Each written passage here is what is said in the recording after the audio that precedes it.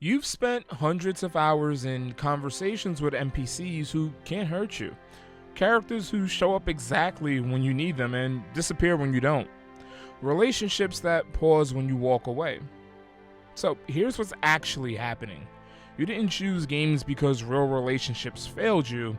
You basically chose them because once you tasted that kind of control, the real connection started requiring something you weren't sure you can give.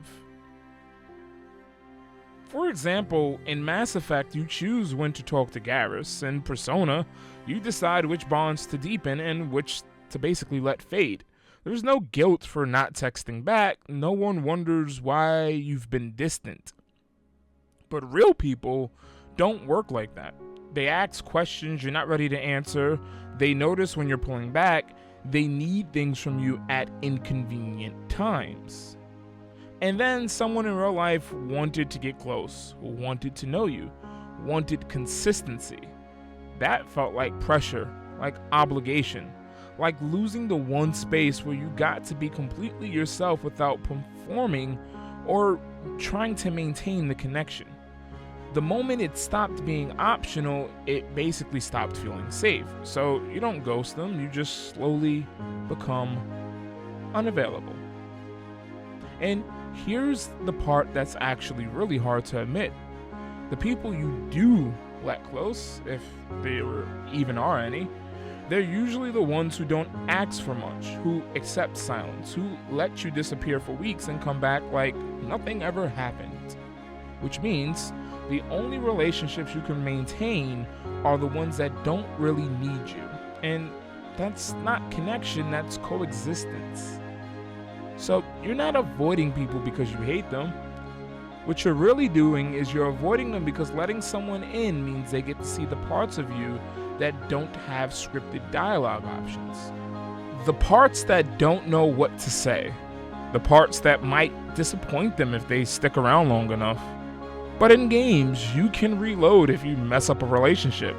But in life, people just update their opinion of you and you basically have to live with it. You learned this somewhere. Think about it. Maybe someone got too close once and it ended really badly.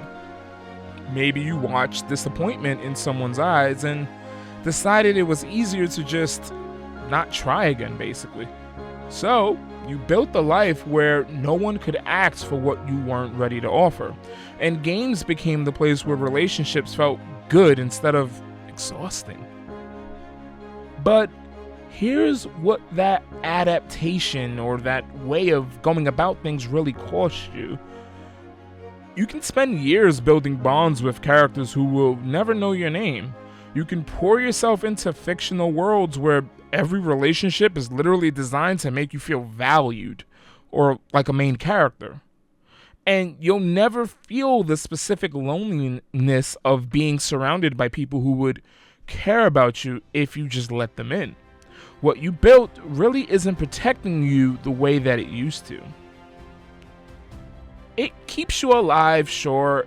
It just isn't helping you fully live anymore.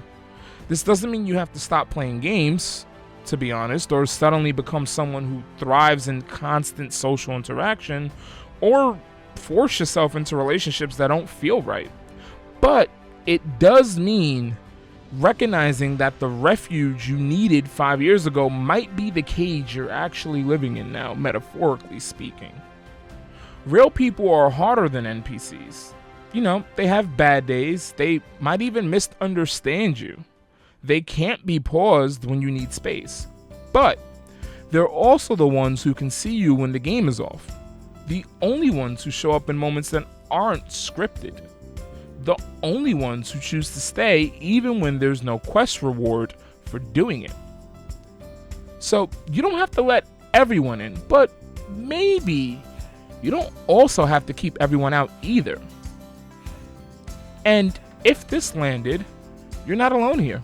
And if you want to say it without explaining everything, just type, yeah, trust me, I'll understand.